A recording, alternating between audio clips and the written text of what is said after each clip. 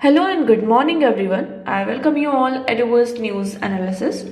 Today is 1st October 2023 and we are going to discuss important news and articles from The Hindu newspaper. So let's see what important news we got today to discuss.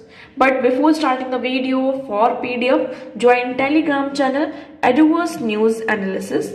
Link आपको description box में provided है. Make sure video को last तक देखें so that सारी important news आपकी यहाँ पर कवर हो. तो चलिए स्टार्ट करते हैं और देखते हैं आज हमें क्या क्या डिस्कस करना है, कौन कौन से इंपॉर्टेंट आर्टिकल्स आज हमें देखने हैं. तो चलिए सबसे पहले आर्टिकल की बात करते हैं. Indian envoy blocked near UK gurdwara. अब आप सभी को पता है कि जो इंडियन हाई कमिश्नर है यूनाइटेड किंगडम में, उनको एक गुरुद्वारा कमेटी के द्वारा इनवाइट किया गया था. बट कुछ लोगों ने यहाँ पर उन्हें गुरुद्वारा के अंदर जाने से क्या कर दिया, रोक दिया.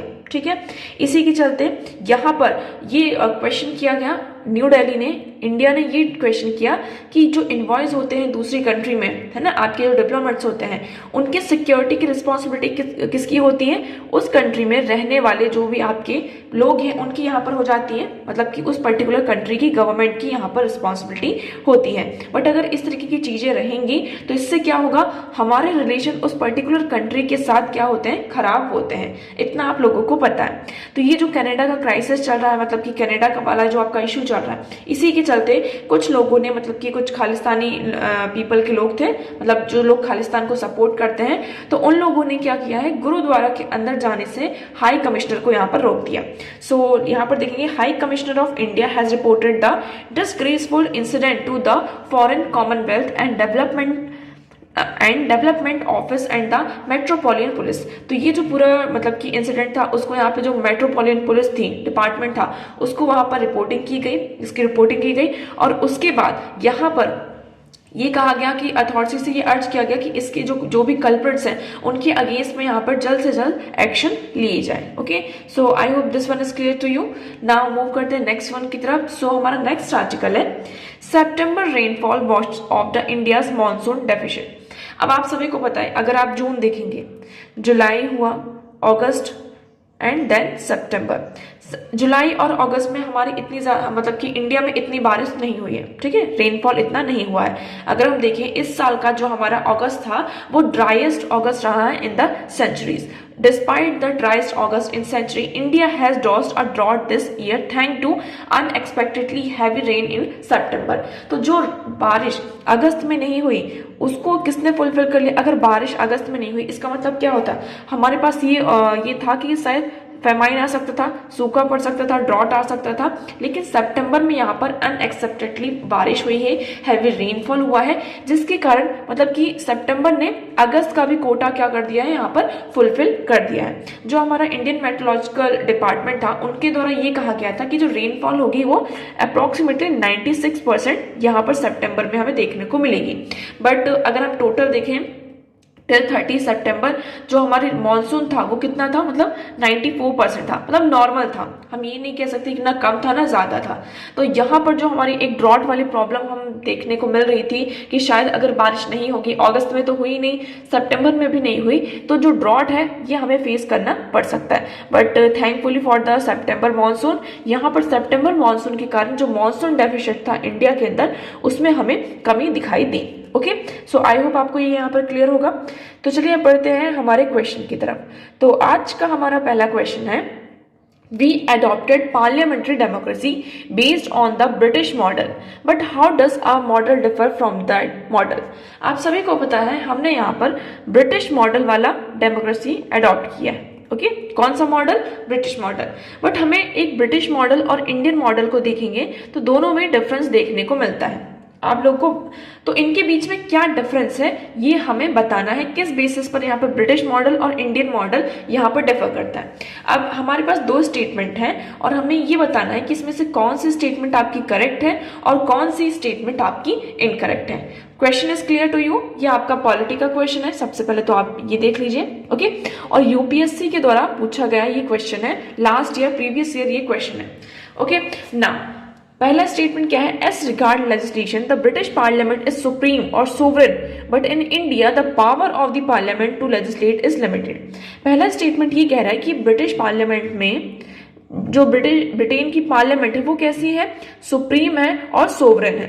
कैसी है, supreme and sovereign. But in India the parliament, जो हमारी पार्लियामेंट है वो कैसी है, लिमिटेड है। तो क्या ये स्टेटमेंट आपकी करेक्ट है, आप लोग को ये बताना है।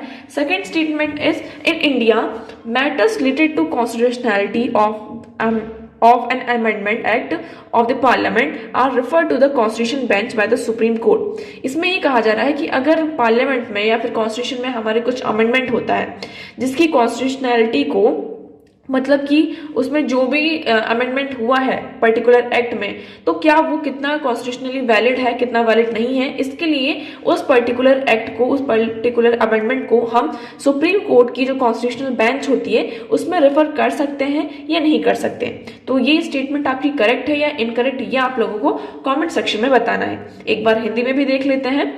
हमने ब्रिटिश मॉडल पर आधारित संसदीय लोकतंत्र को अपनाया, लेकिन हमारा मॉडल उस मॉडल से किस प्रकार भिन्न है।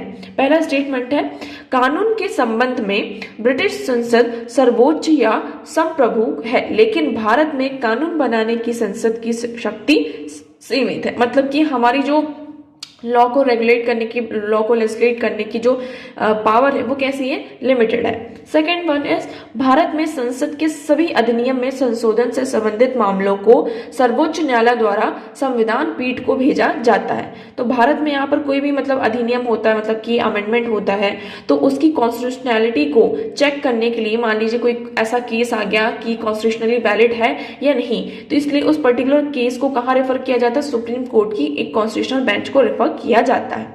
तो इसमें से कौन सा सही है कौन सा गलत, आप लोग कमेंट सेक्शन में बताएंगे। नाउ सेकंड क्वेश्चन इज निजामत। ये आपका मॉडर्न हिस्ट्री का क्वेश्चन है। किसका, मॉडर्न हिस्ट्री का। आप लोग को इस क्वेश्चन का आंसर करना है।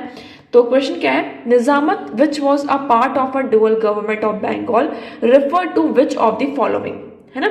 इसमें आपको ये बताना कि निजामत बंगाल में आपकी ड्यूअल गवर्नमेंट थी, सो इसमें से निजामत किस चीज को रिफर करता है ये हमें बताना है। पहला स्टेटमेंट है, military power and criminal justice, revenue and civil justice, land tax, tax collected on sea trade. तो निजामत हम किस चीज को कहते हैं ये हमें बताना है। सैन्य शक्ति एंड आपराधिक न्याय, राजस्व एंड नागरिक न्याय, भूमि कर, समुद्री व्यापार पर एकत्र कर। ओके, तो इसमें से किस चीज को निजामत रेफर करता है आप लोगों को कमेंट सेक्शन में बताना है। नाउ मूव करते हैं अब नेक्स्ट आर्टिकल की तरफ। सो आज का हमारा नेक्स्ट आर्टिकल है, Kazan meet makes no headway on equal rights in Afghanistan. अब देखिए यहाँ पर रशिया है, रशिया की एक कंट्री का रशिया में एक सिटी का नाम है कजान। कजान में यहाँ पर एक मीटिंग हुई है। उस मीटिंग की अगर हम बात करें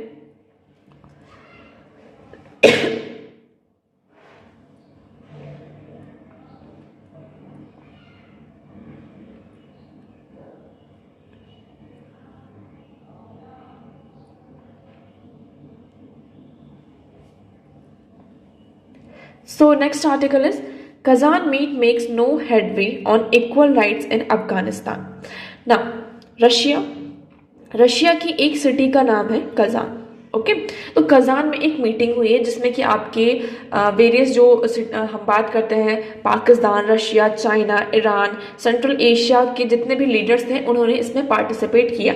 इवन अफगानिस्तान के जो फॉरेन मिनिस्टर आप कह सकते हैं उन्होंने भी इस मीटिंग में पार्टिसिपेट किया। ठीक है, अब इस मीटिंग का मेन पर्पस क्या था कि अफगानिस्तान में क्या किया जाए, इक्वल राइट्स प्रोवाइड किया जाए, include right to education, right to work, right to justice without any distinction to gender, ethnicity and religious. मतलब कि आप सभी को ये क्लियर हो रहा कि अफगानिस्तान में अभी भी क्राइसिस चल रहा है। ठीक है, और इंडिया में हमने कल ही एक आर्टिकल पढ़ा था कि इंडिया में अफगानिस्तान की जो एम्बेसी है वो यहाँ पर शट डाउन होने वाली है with in a coming weeks.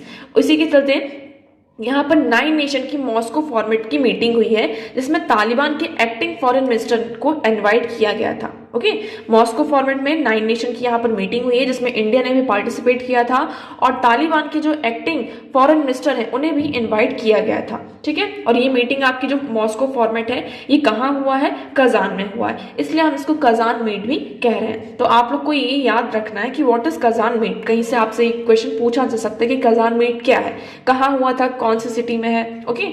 अब इसमें यहाँ पर ये भी कहा गया आपके कुछ observers states like Pakistan, Russia, ठीक है, रशिया तो थे, चाइना, ईरान, सेंट्रल एशिया ने इसमें पार्टिसिपेट किया। इसमें ये कहा गया था मेनली इस मीटिंग का मेन पर्पस ये था कि जो अफगानिस्तान में प्रॉब्लम क्राइसिस चल रही है उससे हमें क्लियर करना है, ओके। अब तालिबान में ये कहा गया कि जो अफगान्स हैं उन्हें इक्वल राइट्स और फ्रीडम प्रोवाइड किए जाएं, कोई भी डिस्क्रिमिनेशन वहां पर ना हो, मतलब कि जो भी विमेन्स हैं, विमेन की हम बात करें, विमेन को यहाँ पर एजुकेशन का राइट प्रोवाइड किया जाए, यहाँ पर वर्क का काम मतलब कि वर्क का राइट प्रोवाइड किया जाए, जितने भी यहाँ पे एथिकल राइट्स हैं वो उन्हें प्रोवाइड किए जाए, उन पर कोई भी डिस्क्रिमिनेशन उनके साथ ना हो, पहली चीज तो ये निकल कर आती है। लेकिन हम ये भी कहा गया, देखिए सो आप देखेंगे the issue of extract any promise from the Taliban representative on a time line for a government format और on restarting girl education. But यहाँ पर जो तालिबान के एक्टिंग फॉरेन मिनिस्टर्स हैं इन पर उनका कोई भी प्रॉमिस नहीं बना और वो इस चीज पर क्या हुए, एग्री नहीं हुए। तो अभी भी हम क्या देख रहे हैं कि जो तालिबान की गवर्नमेंट है, किसी भी कंट्री ने, जो तालिबान रिजीम है इसको किसी भी कंट्री ने अभी रिकॉग्नाइज नहीं किया है as a legitimate government. But still हमें यहाँ पर ये देखने को मिल रहा है कि जो वेरियस रिप्रेजेंटेटिव्स है, जो हमारा मॉस्को फॉर्मेट अभी हुआ है, तो इसमें UAE, Saudi Arabia, Turkey, Qatar, इन लोगों ने एज अ ऑब्जर्वर स्टेट यहाँ पर क्या किया है, आपका इसको स्टेट मतलब कि हमने देखा कि अटेंड किया है। और ये लोग यहाँ पर क्या कर रहे हैं, काबुल में मिशन को भी अटेंड कर रहे हैं। यहाँ पर कंटिन्यूसली ह्यूमैनिटेरियन एड जो है अफगानिस्तान को प्रोवाइड किया जा रहा है। बट हम स्टिल यहाँ पर हमें क्या देखने को मिल रहा है कि no equal rights in Afghanistan. इस मीटिंग में कोई भी हेडवे मतलब कि रास्ता निकल कर नहीं आया जिससे कि हम अफगान्स को एक इक्वल राइट प्रोवाइड कर सकें, okay. I hope this article is clear to you. So next article की तरफ मूव करते हैं। Argentina India sign social security agreement. Argentina, आप लोग को अर्जेंटीना पता है, और इंडिया, तो अर्जेंटीना और इंडिया ने फ्राइडे को यहाँ पर लीगल राइट्स को, प्रोफेशनल्स के बीच में यहाँ पर लीगल राइट्स को इंश्योर करने के लिए और यहाँ पर जो भी हमारा इंटरनेशनल मोबिलिटी है उसको रिस्क फ्री बनाने के लिए सोशल सिक्योरिटी एग्रीमेंट साइन किया है, okay. So the embassy of India in a statement said that social security agreement is aimed at ensuring rights of the growing number of Indian nationals employed in various Indian and international concerns in Argentina as well as Argentina national speaking employment in India, okay। तो यहाँ पर देखिए आप सभी को पता है कि अर्जेंटीना में भी और इंडिया में भी जो लोग हैं वो आते जाते रहते हैं और उनका जो कंसर्न्स है, उनके जो राइट्स है, उनको ध्यान में रखते हुए यहाँ पर सोशल सिक्योरिटी एग्रीमेंट को साइन किया गया है, okay. So the social security agreement between India and Argentina has created a legal framework which will enable professionals on both sides to claim old age and survival pension.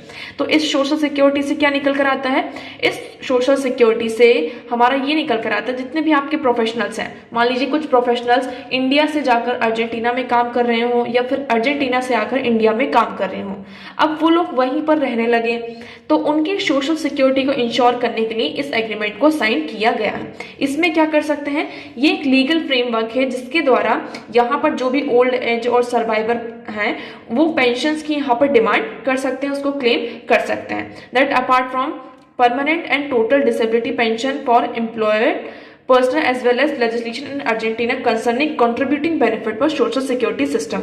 तो यहाँ पर आपके जितने भी सर्वाइवर्स हैं, ओके, ओल्ड एज जो लोग हैं वो पेंशन को क्या कर सकते हैं, यहाँ पर क्लेम कर सकते हैं, ओके। सो ये आपका सोशल सिक्योरिटी एग्रीमेंट किसके बीच में हुआ है, India and Argentina.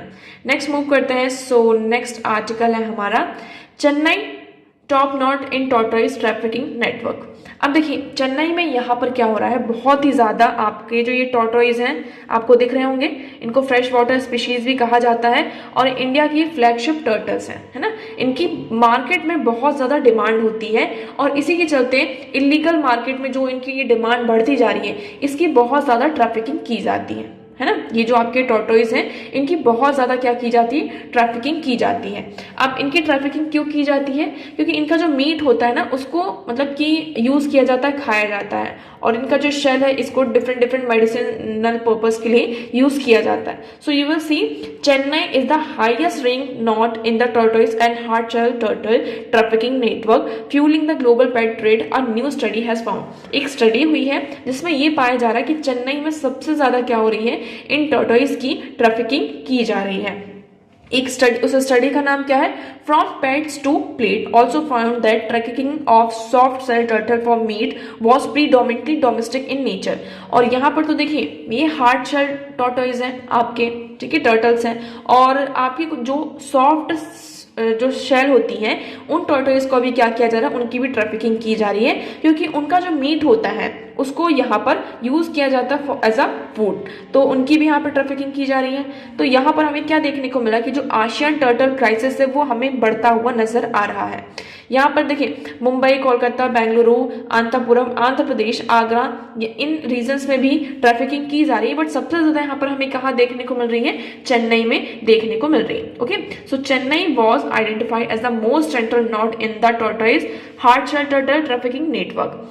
कुआला Lumpur, Malaysia, Bangkok, and unspecified district in Bangladesh were identified as the most important importing nodes। तो यहाँ पर कौन कौन सी कंट्रीज की बात करें, मलेशिया, बैंकॉक, थाईलैंड, और यहाँ पे कुछ बांग्लादेश के अनस्पेसिफाइड डिस्ट्रिक्ट्स हैं जहाँ पर सबसे ज़्यादा इन टॉर्टोइज को क्या किया जा रहा है, इंपोर्ट किया जा रहा है, वहाँ पर सबसे ज़्यादा इंपोर्टिंग इन टॉर्टोइज की हो रही है। तो आप सभी को पता है कि जैसे ये रिपोर्ट की यहाँ पे बात करते हैं, ये जितने भी टॉर्टोइज हैं आपके टर्टल्स हैं ऑलरेडी यहाँ पे एक्सटेंशन में है, मतलब कि थ्रेटेंड की कैटेगरी में आते हैं और ये एक्सटिंक्ट हो चुके हैं। और इसी तरीके से अगर इलीगल ट्रेडिंग इनकी अभी चलती रही तो हमें एक टाइम पर ये देखने को मिलेगा कि ये जो टॉर्टोइज है पूरी तरीके से खत्म हो चुके हैं। ओके, सो यहाँ पर देखिए इन टॉर्टोइज को बहुत ही ज्यादा क्या किया जाता है, इनके साथ टॉर्चर होता है, ये बहुत ही पुअर स्टेट में होते हैं, इनको डिहाइड्रेट किया जाता है, बहुत दिनों तक भूखा रखा जाता है। उसके बाद इनकी जो शेल्स होते हैं ये भी कई बार बहुत ज्यादा जख्मी हो जाते हैं, वुंडेड हो जाते हैं, जिसके कारण फिर इनकी क्या हो जाती है, डेथ हो जाती है। और इनकी इसी कारण ये जो एक्सटर्नल इंजरीज है, इनकी जो मॉर्टेलिटी रेट है वो भी क्या होती जा रही है, आगे बढ़ती जा रही है। तो ये हमारे लिए बहुत बड़ा इशू है कि जो इलीगल ट्रैफिकिंग है एनिमल्स की उसको हम किस तरीके से रोकें, है ना, क्योंकि अगर हमने इस पर कोई एक्शन नहीं लिया तो आने वाले टाइम पर ये हमारे लिए सबसे बड़ा खतरा बन सकता है। सो फिर ये टॉर्टोइज की बात नहीं करें, और भी बहुत सारे आपके एनिमल्स हैं जिनकी यहाँ पर इलीगल ट्रैफिकिंग की जाती है। तो इसे हम किस तरीके से यहाँ पर रोक सकते हैं, अगर आपके पास कोई यहाँ पर निकल कर आता है रास्ता, वे फॉरवर्ड, तो आप लोग कॉमेंट सेक्शन में करके बताएंगे कि कमेंट करके आप लोग बताएं कि क्या वे फॉरवर्ड हो सकता है जिसके थ्रू हम ये एनिमल ट्रैफिकिंग को रोक सकें। नेक्स्ट हम मूव करते हैं नेक्स्ट आर्टिकल की तरफ। सो हमारा नेक्स्ट आर्टिकल है now why BSL-3 lab for Nipah confirmation is unnecessary. पहले तो हमें ये पता होना चाहिए BSL-3 लैब क्या है। BSL-3 लैब का मतलब है, इसका हम फुल फॉर्म देखें तो बायो सेफ्टी लेवल 3 लेवल। इसकी जो भी आपके लैब्स होते हैं, तो जो भी बायो सेफ्टी लेवल्स होते हैं इनको लेवल के अकॉर्डिंग लिखा है। तो B का मतलब बायो, S का मतलब सेफ्टी, और L मतलब 3 मतलब लेवल एंड 3। तो ये कहा जा रहा है कि निपाह कंफर्मेशन के लिए ये जो BSL-3 लैब है वो अब अननेसेसरी है। हम इन लैब्स का यूज करते कैसे हैं इसके बारे में अगर हम देखें तो these laboratories are used to study infectious agent and toxic that may be transmitted through the air and cause potentially lethal infection. Okay, it means कि यहाँ पर क्या होता है, जैसे कि निपाह वायरस हुआ। अब निपाह वायरस क्या है, आपका एयर के थ्रू फैल रहा है, इसका जो ट्रांसमिशन हो रहा है मान लीजिए वो एक दूसरे के कांटेक्ट में आने से हो रहा है या फिर एयर टू एयर भी हो रहा है। तो इस चीज को पढ़ने के लिए, इस चीज को स्टडी करने के लिए इसमें क्या क्या चीजें हैं, है ना, ये जो पर्टिकुलर वायरस है तो इसको आइसोलेट किया जाता है। और उस वायरस को आइसोलेट करने के लिए हमें ये बायोसेफ्टी जो लैब्स होते हैं इनकी जरूरत होती है ना। तो इनका सिर्फ एक ही काम होता है कि वो पर्टिकुलर जो आपका वायरस है उसको यहाँ पर क्या करके रखते हैं, आइसोलेट करके रखते हैं। तो अब यहाँ पर ये कहा जा रहा है कि हम बात करें ICMR की, इन्होंने अभी क्या किया है, एक नया ट्रूनेंट नाम का एक चीज यहाँ पर इसको इंट्रोड्यूस किया है, जिसमें हम क्या कर सकते हैं, इन सैंपल्स को लाइवली कलेक्ट कर सकते हैं। इनके जो लाइव सैंपल्स हैं उसको इनकरेज किया गया कि उसको हम लाइव सैंपल्स को कलेक्ट करेंगे और उसकी यहाँ पर टेस्टिंग की जाएगी और वायरस पर फिर उसको मतलब कि वायरस को हम यहाँ पर कलेक्ट किया, लाइव वायरस है आपका, उसको यहाँ पर हम आइसोलेट भी कर सकते हैं और उसमें यहाँ पर रिसर्च भी किया जा सकता है। तो एक ही पूरा काम यहाँ पर क्या हो रहा है, किसके द्वारा किया जा रहा है, ट्रूनेट के द्वारा यहाँ पर किया जा रहा है, ट्रूनेट के द्वारा, जो कि ICMR के द्वारा यहाँ पर इंट्रोड्यूस किया गया है। अब जो हमारा ये लैब था उसका सिर्फ एक काम था कि वो क्या करे, सो BSL-3 facility for Nipah confirmation is therefore not necessary as the virus is inactive। तो यहाँ पर सिर्फ काम ये होता था कि वो सिर्फ वायरस को आइसोलेट करके रखता था। लेकिन जो हम ट्रूनेट की बात कर रहे हैं, दिस ट्रूनेट यहाँ पर क्या कर रहा है, वायरस को ये आइसोलेट भी कर रहा है, उसके साथ साथ हम लाइव वायरस की यहाँ पर क्या कर सकते हैं, यहाँ पर उसमें रिसर्च भी कर सकते हैं, उसकी टेस्टिंग भी कर सकते हैं। तो इसलिए अभी यहाँ पर ये कहा जा रहा है कि ये जो BSL-3 लैब है निपाह कंफर्मेशन के लिए, अब उसकी कोई जरूरत नहीं रह गई है। Okay, samples sent to Truenat testing are collected in a transport medium which inactives the virus. Inactive viruses are not valuable and so cannot infect people. BSL-3 facility for virus confirmation is thus redundant। तो यहाँ पर ये कहा जा रहा है कि क्या होता है कि जब वायरस इनएक्टिव हो जाता है तो उसमें हम क्या कर सकते हैं, कोई भी स्टडी नहीं कर सकते हैं, और वो जो वायरस होता है इनएक्टिव होता है तो वो किसी भी पर्सन को इन्फेक्ट भी नहीं कर सकता। तो इसी के चलते अब ये जो आई होप आपको ये आर्टिकल यहाँ पे क्लियर होगा। So NIV had validated Truenat for testing Nipah virus and true prep autolysis buffer to inactive the virus in 2018। इसमें हम जो वायरस है, लाइव वायरस है, उसको जो एक्टिव वायरस था उसको इनएक्टिव भी कर सकते हैं। अब जब वो इनएक्टिव हो गया है तो वो अब किसी भी पर्सन को क्या करेगा, इन्फेक्ट नहीं करेगा। इस तरीके से हम उसमें पूरी प्रॉपर स्टडी भी कर सकते हैं। ओके, सो आई होप ये आर्टिकल क्लियर होगा। नेक्स्ट मूव करते हैं, आपके कुछ यहाँ पर छोटे छोटे स्नैपशॉट्स हैं, इनको देखते हैं। So first one is genomic marker of disease resistance in staghorn corals. अब यहाँ पे क्या हुआ है, कैरिबियन सी की बात कर रहे हैं। कैरिबियन सी में 95% जो आपकी एक्रोपोरा स्पीशीज थी, ओके, और हम किसकी बात कर रहे हैं यहाँ पे, स्टैगहॉर्न कोरल्स की। इनमें यहाँ पर एक डिसीज फैल रही है जिसके कारण इनकी क्या हो रही है, जो कोरल्स है उनकी डेथ हो रही है। So genome wide survey hail highly endangered staghorn coral in a Caribbean sea identified 10 genome region associated with resilience against the brand disease. तो यहाँ पर एक वाइड बैंड डिसीज है, वाइट बैंड डिसीज फैल रही है, जिसके कारण जो हमारे स्टैगहॉर्न कोरल्स हैं, आप इनकी ये पिक्चर देख सकते हैं स्टैगहॉर्न कोरल्स की, ये आपके क्या है, हाईली इंडेंजर्ड है, और ये कहाँ पाए जाते हैं, आपके कैरिबियन सी में। अब ये क्या हो रहा है, ये जो आपकी वाइट बैंड डिसीज है जिसके कारण यहाँ पर इनकी डेथ होती जा रही है। ओके, सो इसमें ये कहा जा रहा है कि 95% of Caribbean Acropora species including staghorn coral, the findings could be used as conservation tool to improve the disease resistance in the wild and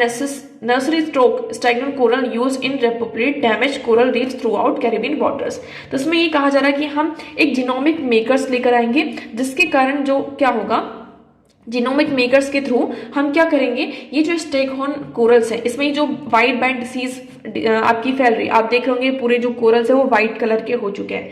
तो इससे क्या होगा, ये जो जीनोमी मार्कर्स है इससे इस डिसीज को हम क्या कर सकते हैं, कम कर सकते हैं, जिससे कि हमारी जो कोरल्स है उनको हम बचा सकते हैं, सेव कर सकते हैं। ओके, आई होप आपको ये क्लियर होगा। नेक्स्ट मूव करते हैं, fungal pathogens sticking power virulence uncovered। Okay, so uncharacterized adhesins protein specified to a human fungal pathogen play a crucial role in the fungus ability to colonize variety of living and non-living surface। Okay, तो virulence क्या है, and virulence की अगर हम बात करते हैं तो इसमें हम क्या लेकर आए हैं, एक पैथोजन लेकर आए हैं, एक प्रोटीन है आपका एडिसन प्रोटीन, जिसमें क्या होगा, ह्यूमन फंगल पैथोजेंस एक क्रूशियल रोल प्ले करते हैं फंगल्स की एबिलिटी को कॉलोनाइज करने के लिए, है ना। मान लीजिए हम किसकी बात कर रहे हैं यहाँ पर, ह्यूमन फंगल पैथोजन। मान लीजिए हमारी बॉडी में कोई पैथोजन है, ओके, अब पैथोजन है, इसके बाद कोई फंगस आ गया हमारी बॉडी में। अब वो फंगस किस तरीके से हमारी बॉडी को यहाँ पर कवर करेगा, कॉलोनाइज करेगा, इसके लिए यहाँ पर ये ह्यूमन फंगल पैथोजन जो होता है रिस्पॉन्सिबल होता है और ये क्रूशियल रोल प्ले करता है। Okay, so uncharacterized adhesive protein specific to a human, एक यहाँ पर एडेसन प्रोटीन होता है जिसके कारण यहाँ पर जो भी आपके फंगस होते हैं उनमें उनकी जो एबिलिटी होती है वो इंक्रीज होती है to create a colony inside the living wing and non living surface. इसी के चलते ये कहा जा रहा है कि the findings about candida auris offer insight into the genetic and molecular mechanism by which this fungus might service association tactic critical to the increasing disease burden of this emerging pathogen। इससे क्या होता है, जब आपके जो fungus है वो colonise हो जाएंगे तो वो डिसीज क्या होगी, आपकी बढ़ती जाएगी। तो ये क्या है, आपके लिए यहाँ पर लाइफ थ्रेटनिंग है। इसी चीज को हम वुरुलेंस कहते हैं। क्या बोलते हैं, वुरुलेंस के नाम से कहते हैं। तो ये वुरुलेंस आपका ये अनकवर्ड हुआ है। अगर हम इस प्रोटीन को टारगेट कर लेते हैं तो इससे क्या होगा, हमारी जो डिसीज है वो भी खत्म हो सकती है। Next one is loci play prominent role in Darwin's finch evolution. अब यहाँ पर लोसी क्या है, पहले आपको ये पता होना चाहिए, उसके बाद ही आप इस पर्टिकुलर न्यूज को यहाँ पर समझ सकते हैं, इस आर्टिकल को समझ सकते हैं। ओके, तो देखिए लोसी की अगर हम बात करते हैं, genomic sequencing is nearly 4000 of Darwin's finches has uncovered how a very small number of genetic loci contribute to genetic potential for rapid adaptive radiation in these birds। अभी तो इस आर्टिकल में इस बर्ड की बात की जा रही है कि जो जीनोमिक सीक्वेंसी हुई है, जीनोमिक सीक्वेंसी मतलब हमने जीन्स की यहाँ पर स्टडी की है, मतलब नियरली 4000 डार्विन्स के जितने भी फिंचेस थे उनको अनकवर्ड किया जा रहा है। लोसी का मतलब होता है, अगर आप देखेंगे इस पिक्चर को, आप देखें आपको ये क्लियर होगा, ये हमारा क्रोमोसोम है। क्रोमोसोम में ये जो आपको ये पिंक कलर का और ये ब्लू कलर का जो पार्ट दिख रहा है, यहाँ पर ग्रीन और आपको ये लाइट डार्क पिंक कलर का ये पार्ट दिख रहा है, इसे लोकस कहते हैं। लोकस और लोसी दोनों एक ही चीज है, ठीक है। So locus is a term that we use to tell us where the chromosome are specific gene in. Locus का मतलब होता है, जैसे कि मान लीजिए यहाँ पर ब्लैक हेयर आ रहे हैं, अभी ब्लैक हेयर यहाँ पर आपके पेरेंट्स हैं, ओके। पेरेंट्स के हेयर कैसे हैं, एक के ब्लैक है, मान लीजिए मदर के यहाँ पर आपके ब्लैक है, ओके, और फादर के यहाँ पर ब्राउन है। अब ये जो आपका ऑफस्प्रिंग है उसके कलर कैसे हुए, हेयर के ब्राउन हुए। तो ये जो ब्राउन वाला जीन है वो किससे गया, फादर से गया। अब ये जीन क्रोमोसोम में कहीं ना कहीं तो लोकेट होगा, तो उसी जो जिस जगह पर क्रोमोसोम में वो पर्टिकुलर आपका जो जीन है वो लोकेट है, उस पॉइंट को हम लोकस कहते हैं और लोसी कहते हैं। आई होप आपको इतना क्लियर होगा। तो इसी तरीके से ये यहाँ पर क्या होता है, आपका ट्रांसमिट होता है। जैसे आई कलर जीन, मतलब कि आई कलर का जो जीन है, हेयर कलर का जो जीन है, तो जिस पॉइंट पर क्रोमोसोम में वो जहां पर लोकेट होते हैं, that point is called locus और loci. So it's really the physical location of gene on a chromosome. It's a way of defining the gene's neighbourhood. इस तरीके से क्या होता है, हम जीन्स को डिफाइन करते हैं। तो इसी चीज की यहाँ पर क्या हुई है, स्टडी हुई है, और इसकी स्टडी से हमें यहाँ पर क्या पता चला कि डार्विन की जो थ्योरी है ना, एडेप्टिव रेडिएशन की जो थ्योरी है, कि यहाँ पर क्या हुआ, एडेप्टेशन हुआ है। पहले ऐसा कहा जाता है कि हम एक तरीके से मंकीज की तरह थे, फिर धीरे धीरे यहाँ पर क्या हुआ, रेवोल्यूशन हुआ, आपका इवॉल्व होते गए, और आज हम सीधे खड़े हो पाते हैं, एक ह्यूमन बीइंग की तरह है। जो भी यहाँ पर अनवांटेड चीज थी वो यहाँ पर धीरे धीरे क्या होती गई, हमारी बॉडी से हटती गई। तो इस आर्टिकल में आई होप आपको समझ में आ रहा होगा। तो यहाँ पर क्या हुई, पूरी जीनोमिक सीक्वेंसी हुई है। लोसी ने यहाँ पर बहुत ही इंपॉर्टेंट रोल प्ले किया है, जिससे हम जो डार्विन्स की फिंच एवोल्यूशन थ्योरी है उसको हम स्टडी कर पाए। Okay, so that loci of large effect may help play an depreciated role in adaptive evolution. The authors identified 6 loci with a large effect that explain 45% of the variation in heritable beak size। तो यहाँ पर आपका जो ये beak size है कैसे change हो रहा है, कैसे चेंज नहीं हो रहा है, इन सब की स्टडी हमने यहाँ पर with the help of lossy यहाँ पर की है। ओके, सो आई होप आपको ये आर्टिकल यहाँ पे क्लियर होगा। Next one is TB patient must also be screen for pre diabetes. अब इस आर्टिकल में ये कहा जा रहा है, हमने कुछ केसेस देखे जो टीबी पेशेंट्स थे। ये यहाँ पर हुआ है कि 1 of 2 tuberculosis patient either has diabetes और प्री डायबिटीज। तो जितने भी डायबिटिक पेशेंट्स हैं, या तो उनमें हमें डायबिटीज देखने को मिल रहा है, या फिर प्री डायबिटीज हमें जब उनकी हमने स्क्रीनिंग की तो डायबिटीज और प्री डायबिटीज के केसेस हमें देखने को मिल रहे हैं। इसका मतलब, या फिर कुछ शॉर्ट ऑफ हमें यहाँ पे जो आपका ग्लूकोज का मेटाबॉलिज्म है उसमें वो डिसऑर्डर देखने को मिल रहा है।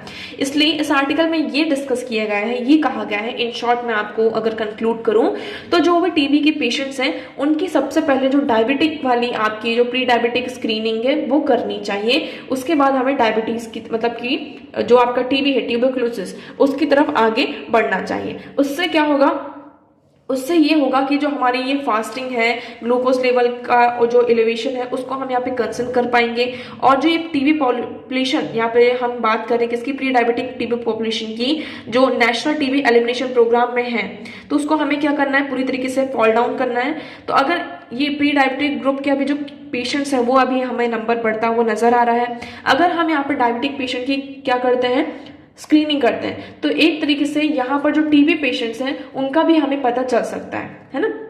टीबी पेशेंट्स का भी हमें पता चल सकता है कि कितने यहाँ पर टीबी पेशेंट्स हैं, क्योंकि जो हमारा ये टारगेट है कि हमें टीबी को एलिमिनेट करना है, हम उसको तब अचीव कर सकते हैं जब हमें ये पता होगा कि टोटल यहाँ पे कितने पेशेंट्स हैं टीबी के। तो इस तरीके से स्क्रीनिंग की जा रही है। तो so TB patient must also be screen for pre diabetes. तो इससे हमें एक पर्टिकुलर डेटा पता चल जाएगा जिससे हम क्या कर पाएंगे, जो टीबी है। So elimination of TB by 2025 will be exclusive goal in the absence of robust policies of screening pre diabetes and diabetes in TB patients. तो जितने भी टीबी पेशेंट्स हैं वहां पर हमें पहले डायबिटीज और प्री डायबिटीज जो है उसकी स्क्रीनिंग करनी होगी, ऐसी एक पॉलिसी लेकर आनी होगी, तभी हम क्या कर सकते हैं, जो हमारा एलिमिनेशन का टारगेट है टीबी बाय 2025, इसको हम अचीव कर पाएंगे। Okay, so I hope this article is clear to you. तो आज इतने ही आर्टिकल्स थे और न्यूज थे, जो भी इंपॉर्टेंट था हमने यहाँ पे डिस्कस किया। अब हम बढ़ते हैं हमारे क्वेश्चन की तरफ। तो हमारा पहला क्वेश्चन ये था कि we adopt parliamentary democracy based on the British model, but how does our model differ from that model. हमने यहाँ पे पार्लियामेंट्री डेमोक्रेसी को क्या किया है, अडॉप्ट किया है from the British model, but British model और इंडियन मॉडल को देखें तो यहाँ पर डिफरेंस है। पहले आप डिफरेंस देखिए, उसके बाद हम इस क्वेश्चन का आंसर करेंगे। तो डिफरेंस क्या है, हम ब्रिटिश में मोनार्कियल सिस्टम है, इंडिया में रिपब्लिकन सिस्टम है। मतलब कि ब्रिटिश में यहाँ पर जो हेड ऑफ द स्टेट होता है वो कौन होता है, head of the state king and queen होते हैं, बट इंडिया में रिपब्लिकन सिस्टम है। इसका मतलब यहाँ पर जो भी हेड ऑफ द स्टेट होता है वो यहाँ पर इलेक्शन के थ्रू इलेक्ट होकर आता है, इसलिए रिपब्लिकन है। ब्रिटिश सिस्टम की बात करते हैं, यहाँ की जो पार्लियामेंट है वो सोवरेन है, और इंडिया की पार्लियामेंट यहाँ पर सुप्रीम नहीं है, और यहाँ पर कुछ लिमिटेड पावर और रिस्ट्रिक्शन होती है इंडिया में। ब्रिटेन की बात करते हैं, so the British system is based on the doctrine of sovereignty of parliament. Matters related to the constitutionality of an amendment act can be referred to the Supreme Court to its constitutional bench. तो देखिए, British system की बात करते हैं, वहां पे parliament sovereignty है, वो कुछ भी यहाँ पर सुप्रीम है। और इंडिया में बात करते हैं तो इंडिया में हमारी पार्लियामेंट के पास लिमिटेड पावर है, और अगर यहाँ पर कोई भी एक्ट आता है उसकी कॉन्स्टिट्यूशनलिटी को चेक करने के लिए ये जो केस होता है वो किसको रेफर किया जाता है, आपका सुप्रीम कोर्ट को किया जाता है। तो इसमें से हमारे दोनों जो ऑप्शन है वो करेक्ट हो जाते हैं। तो राइट ऑप्शन क्या है आपका, सी। नेक्स्ट है हमारा निजामत, which was a part of dual government of Bengal, refer to which of the following। तो what is this निजामत। तो निजामत की अगर हम बात करें तो आप यहाँ पर डेफिनेशन देखेंगे निजामत की। सो निजामत refers to military power and criminal justice which the company received from the सूबेदार। यहाँ पर सूबेदार से कंपनी रिसीव करती है मिलिट्री पावर और क्रिमिनल जस्टिस, इस चीज को निजामत रेफर करते हैं। The company received the Diwani revenue and civil justice right from the Emperor Shah Alam II। तो निजामत क्या है आपका, यहाँ पर option A military power and criminal justice. Okay, so I hope आपको ये दोनों क्वेश्चन यहाँ पर क्लियर होंगे। सो आज के लिए इतना ही। मैं उम्मीद करती हूँ आपको सारी चीजें यहाँ पर क्लियर होंगी। अगर आपको कोई डाउट लगता है तो you can ask in comment section. Video कैसा लगा कमेंट सेक्शन में एक बार जरूर बताइएगा, एंड वीडियो को प्लीज लाइक करना एंड चैनल को सब्सक्राइब एंड शेयर करना ना भूलें। So that's for all today. Thank you so much for discussion.